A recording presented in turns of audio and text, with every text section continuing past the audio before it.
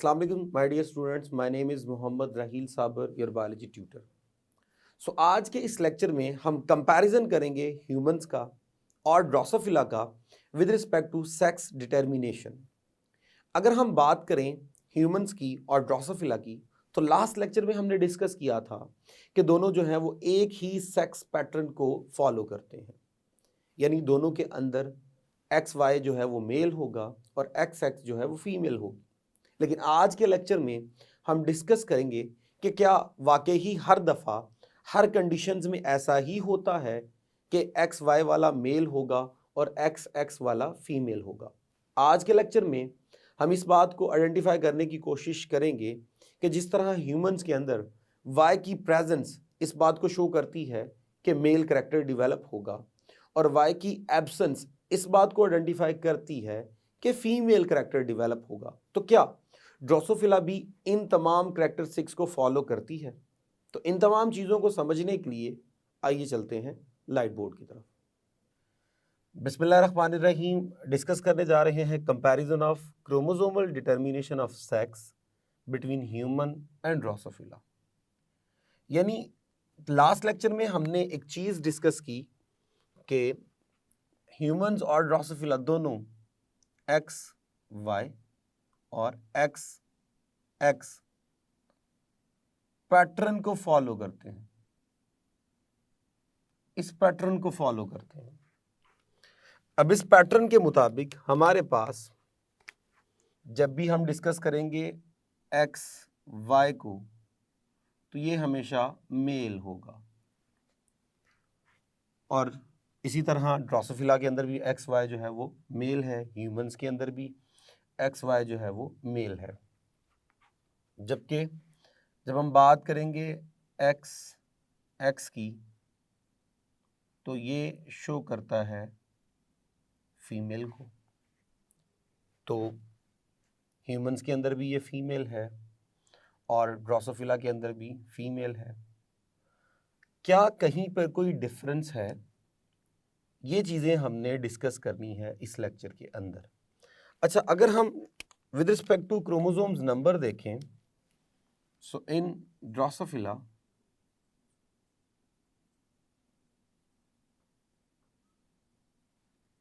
Eight chromosomes हैं,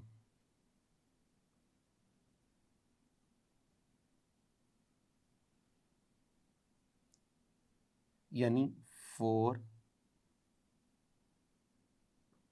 pairs.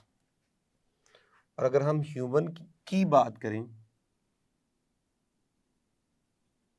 Humans,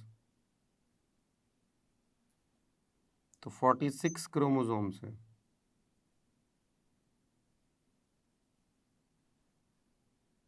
जिसके 23 pairs बनते हैं होमोलॉगस क्रोमोसोम्स। दोनों के अंदर ऑटोसोमल क्रोमोसोम्स भी हैं, दोनों के अंदर सेक्स क्रोमोसोम्स भी हैं। मेन डिफरेंस यहाँ पे निकला विद रिस्पेक्ट टू नंबर्स, लेकिन वहाँ पे इतना ज़्यादा जो है ये नंबर मैटर नहीं कर रहे। जब लास्ट पेयर को देखते हैं, अगर एक्स वाई होगा तो दोनों के केस में मेल होगा और अगर एक्स एक्स होगा तो दोनों के केस में क्या होगा? फीमेल होगी। अगर हम कंपैरिजन करें with respect to gametes formation,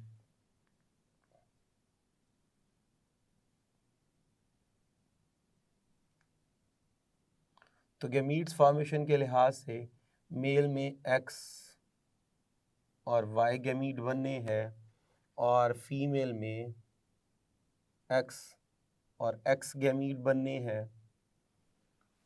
अब मेल जो है वो होगा हेट्रोगैमेटिक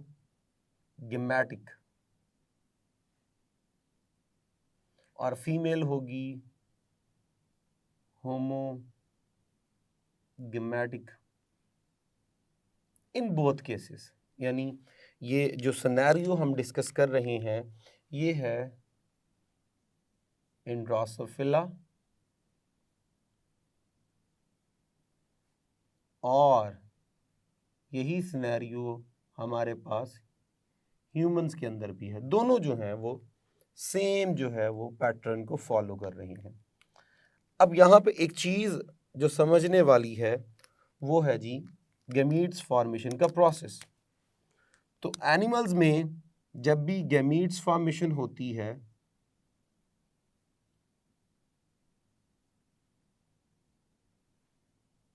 वो होती है बाय मियोसिस।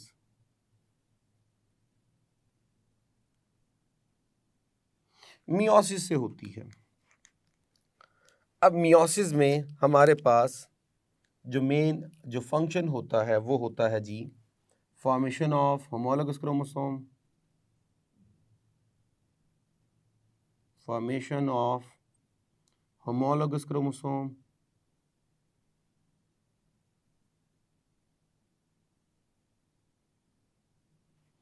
फिर इसी में होता है क्रॉसिंग ओवर, जिससे जेनेटिक रिकॉम्बिनेशन का करैक्टर जो है वो डेवलप होता है। फिर इसी में होती है separation of homologous chromosomes,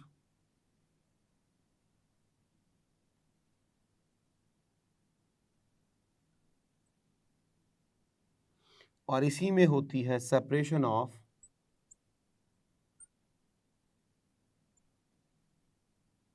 sister chromatids. और फाइनली लास्ट में हमारे पास क्या होगा, हाफ नंबर ऑफ क्रोमोसोम्स।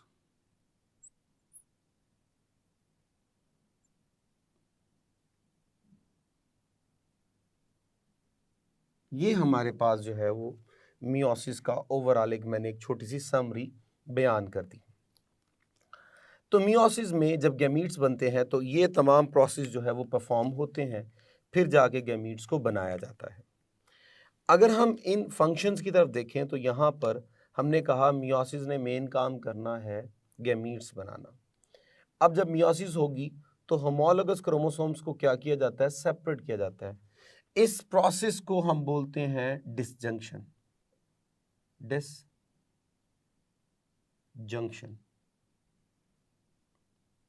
जो एक नॉर्मल प्रोसेस है, और जब ये नॉर्मल प्रोसेस होगा तो इसकी वजह से हमारे पास जो है नॉर्मल गैमीट्स बनते हैं with half and equal number of chromosomes.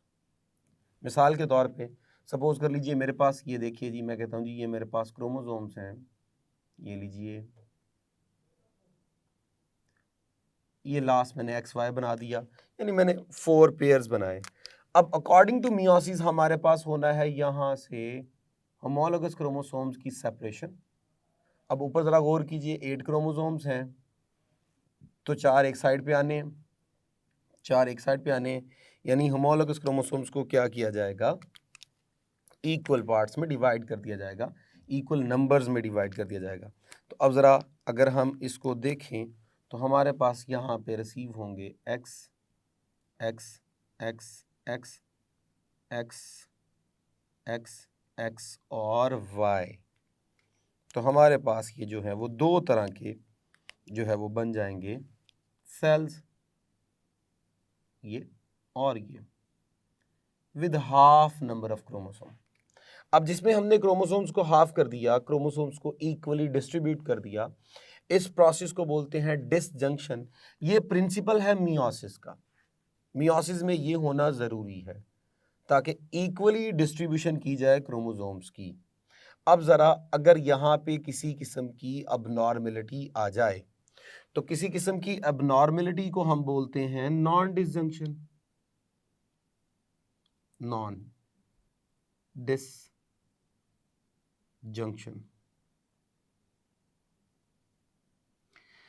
अब नॉन डिसजंक्शन में हमारे पास क्या होगा, नॉन डिसजंक्शन में होता है होमोलॉगस क्रोमोसोम्स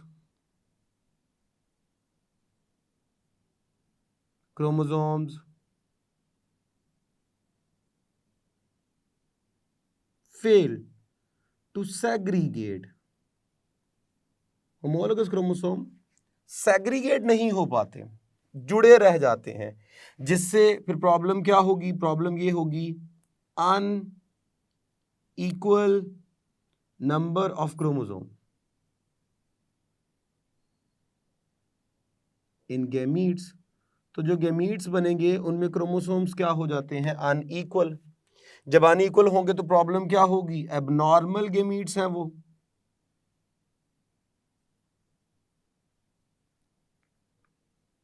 और एबनॉर्मल आपके पास क्या बनेंगे, ऑफस्प्रिंग।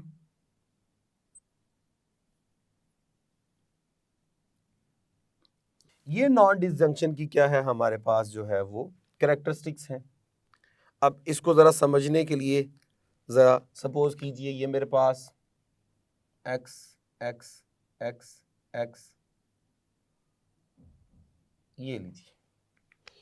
अब जरा मैं इसमें नॉन डिसजंक्शन करने जा रहा हूं, तो ये लीजिए, ये सेपरेशन हो रही थी, ये लास्ट वाला सेपरेट नहीं हुआ। जब लास्ट वाला सेपरेट नहीं हुआ तो हमारे पास सिनेरियो कुछ इस तरह का आएगा कि x x x और दूसरी तरफ x x x y और x, यानी इधर आ गए 3 क्रोमोसोम्स, इधर आ गए 5 क्रोमोसोम, इधर हो गया n-1, इधर हो गया n+1, यानी एक क्रोमोसोम जो है वो एडिशनल चला गया वहाँ पे। जबकि इक्वल डिस्ट्रीब्यूशन के मुताबिक जो था वो 4 और 4 जाने चाहिए थे, लेकिन यहाँ पर ये जो अनइक्वल डिस्ट्रीब्यूशन है इसी को हम नेम असाइन करते हैं नॉन डिसजंक्शन। डिसजंक्शन। अब आप देख लीजिए जो हमारे पास गैमीट्स बनेंगे they will must contain unequal number of chromosomes, तो गैमीट्स होंगे अबनॉर्मल, तो जनरेशन पैदा होगी वो भी क्या होगी, अबनॉर्मल। तो हमने जो कंपैरिजन डिस्कस करना है वो with respect to non disjunction discuss करना है। जरा जब हम बात करते हैं ह्यूमंस में नॉन डिसजंक्शन, ह्यूमंस में नॉन डिसजंक्शन की एग्जांपल डिसजंक्शन की एग्जांपल्स, तो उसमें एक एग्जांपल है हमारे पास x0। ह्यूमंस में इसे कंसीडर किया जाता है टर्नर सिंड्रोम। Turner syndrome. अब इस टर्नर सिंड्रोम के अंदर अगर मैं ह्यूमंस की बात करूं तो इन ह्यूमंस ये होता है स्टेराइल फीमेल। एक वर्ड होता है फर्टाइल। फर्टाइल कहते हैं एबल टू रिप्रोड्यूस, यानी वो फर्दर जनरेशन पैदा कर सकती है। और जब हम वर्ड यूज करते हैं sterile, it mean unable to reproduce, यानी वो फर्दर जनरेशन पैदा नहीं कर सकती। तो x0 जो है ये हमारे पास जो है वो टर्नर सिंड्रोम को क्या करता है, रिप्रेजेंट करता है। अब इस टर्नर सिंड्रोम के अंदर हमने कहा ये स्टेराइल क्या है, फीमेल है। लेकिन जब हम बात करते हैं इन ड्रोसोफिला, इन ड्रोसोफिला ये हमारे पास होता है स्टेराइल मेल।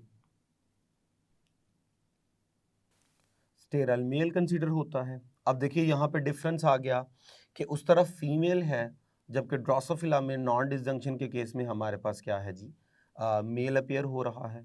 यहाँ एक सेक्स क्रोमोसोम की क्या है, डेफिशिएंसी है। इसी तरह एक और सिनेरियो हमारे पास है नॉन डिसजंक्शन का, जिसे हम बोलते हैं XXY, और इसे हम बोलते हैं क्लाइन्स-फेल्टर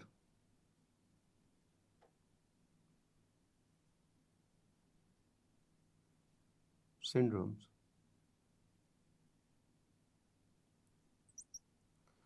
अब क्लाइनफेल्टर सिंड्रोम के अंदर अगर हम देखें तो हमारे पास ये इन ह्यूमंस ये है जी स्टेराइल मेल, जबकि ड्रोसोफिला के केस में ये है जी फर्टाइल फीमेल। Fertile female. अब यहाँ पर फिर डिफरेंस निकल आया कि हमारे केस में ये मेल अपीयरेंस रखे हुए हैं, ड्रोसोफिला के केस में ये फीमेल अपीयरेंस रखे हुए हैं। अब ज़रा दोबारा गौर से देखें तो हमारे जहन में एक बात है कि जो Y हमारे पास होता है क्रोमोसोम, ये मेल अपीयरेंस पैदा करता है। अगर वाई है तो मेल करैक्टर डेवलप होगा, अगर वाई नहीं है तो फीमेल करैक्टर डेवलप होगा। यहाँ गौर से देखें, वाई नहीं है तो फीमेल करैक्टर आना चाहिए, तो फीमेल करैक्टर डेवलप हो रहा है।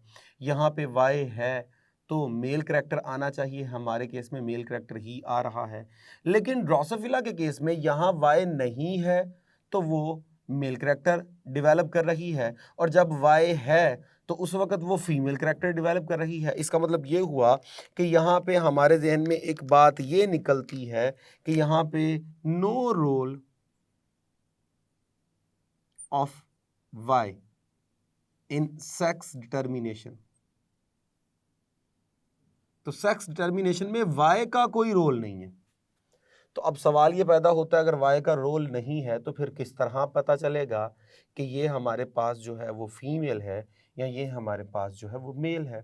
तो उसके लिए एक फॉर्मूला डिजाइन किया गया जिसे कहा गया एक्स रेशो ए। अब एक्स रेशो ए का मतलब है एक्स हमारे पास है नंबर ऑफ एक्स क्रोमोसोम्स। तो मेजर रोल ड्रोसोफिला के अंदर एक्स क्रोमोसोम का होता है, और ए stands for autosomal chromosomes strand या सेट। तो ऑटोसोमल क्रोमोसोम्स के स्ट्रैंड कितने, इसकी बिहाफ पे जो है वो देखा जाता है। आइए ज़रा, जब हम बात करेंगे एक्स ज़ीरो की तो क्या होगा, जब हम बात करेंगे एक्स एक्स वाई की तो क्या होगा।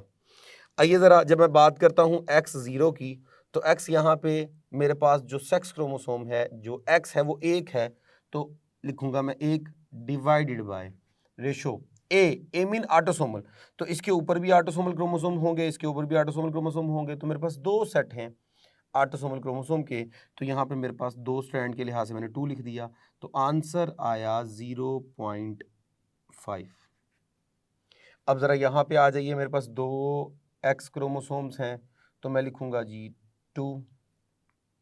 अगर हम ऑटोसोमल क्रोमोसोम्स के सेट के लिहाज से देखें तो वाई के ऊपर ऑटोसोमल क्रोमोसोम होंगे, एक्स के ऊपर ऑटोसोमल क्रोमोसोम होंगे, एक एक्स पे नहीं होंगे क्योंकि ये एक एक्स जो है वो नॉन डिसजंक्शन की वजह से एडिशनल रिसीव हुआ है। तो अब हमारे पास जो है वो ऑटोसोमल के सेट हैं 2, और एक्स क्रोमोसोम भी कितने हैं 2। ज़रा आंसर निकालिए, आंसर निकलता है 1। अब यहाँ पे क्या होगा, इफ़ आंसर इज 0.5 और लेस तो हमेशा वो मेल होगा, और इफ आंसर इज 1 और मोर तो हमेशा ये क्या होगी, फीमेल। तो यानी इस रेशो से जो है वो क्या किया जाता है, मेल और फीमेल के करैक्टर को जो है वो आइडेंटिफाई किया जाता है। तो इसका मतलब ये हुआ कि ड्रोसोफिला के अंदर जो एक्स क्रोमोसोम है वो डोमिनेंट है, और वाई क्रोमोसोम का सेक्स डिटर्मिनेशन में कोई प्रॉपर रूल नहीं है। तो इस तरह इस लेक्चर में हमने कंपैरिजन किया एक्स वाई और एक्स एक्स पैटर्न का इन ड्रोसोफिला और इन ह्यूमन। ये पूरा जो टॉपिक है इसे आपने with respect to long question prepare करना है, और जो ऑब्जेक्टिव के पॉइंट्स आपको पता होने चाहिए वो आपको ये पता होने चाहिए कि डिसजंक्शन और नॉन डिसजंक्शन से क्या मुराद है, और दूसरा ऑब्जेक्टिव के पॉइंट्स में आपको ये मालूम होना चाहिए कि अगर एक्स ज़ीरो है तो ड्रोसोफिला के अंदर उसकी अपीयरेंस क्या होगी और ह्यूमंस के अंदर उसकी अपीयरेंस क्या होगी, और जब एक्स एक्स वाई है तो ह्यूमंस के अंदर उसकी अपीयरेंस क्या होगी और ड्रोसोफिला के अंदर उसकी अपीयरेंस क्या होगी। और इस फार्मूला को यूज़ करना आपको आना चाहिए। ये आपको शॉर्ट क्वेश्चन के तौर पे वो दे देता है कि सपोज कर लीजिए इतने जो है वो नंबर ऑफ एक्स क्रोमोसोम्स हैं और इतने ऑटोसोमल सेट क्रोमोसोम्स की तादाद है हमारे पास ऑटोसोमल सेट की। तो बताइए कि इंडिविजुअल जो है वो मेल होगा या फीमेल, तो आपको इसको प्रॉपर जो है वो यूज़ करना आना चाहिए। तो इस तरह ये लेक्चर हमने कंप्लीट किया। होप सो आपको समझ आई होगी। इजाज़त दीजिए for next lecture. Thank you very much. Allah हाफिज़।